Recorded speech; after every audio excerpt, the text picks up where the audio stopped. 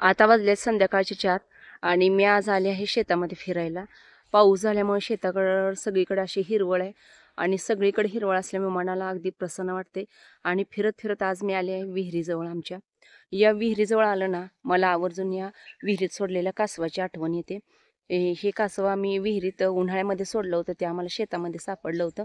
आणि ज्यावेळेस विहिरीत पाणी कमी असायचं ना, ते आवर्जून विहिरीच्या दगडावर दिसलेलं आम्हाला दिसायचं।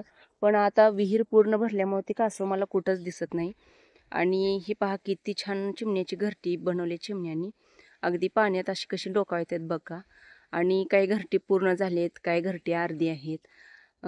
काही घरट्यांचं म्हणजे विणकाम पूर्ण होत आले, काहींचं पूर्ण झालेलं आहे, काहींचं अर्धवटच आहे। पण किती छान विणलेत बघा घरटी। आणि आहे का असं म्हणलं तर आज आपल्याला कुठंच दिसत नाहीये। आणि आज चला गप्पा मारूयाद्वारे आज आपण आपल्या कासवाविषयीच गप्पा मारणार आहोत। तर आमच्या चला गप्पा मारूया चॅनलला सबस्क्राईब करायला तुम्ही विसरू नका। आणि व्हिडिओ आवडल्यास एक लाईक तर नक्कीच करायचा मैत्रिणींनो। चला तर आज आपण कासवाविषयी माहिती पाहूया। तर मैत्रिणींनो, आपल्या जुन्या पिढीतील लोक कासवांविषयी एक दंतकथा सांगतात। त्यात जर खरंच तथ्य असेल ना, तर आम्हाला कमेंटमध्ये नक्की सांगायचं आहे। तर जेव्हा कासवाची पिल्ली जन्माला येतात ना, तेव्हा त्यांना भूक लागते।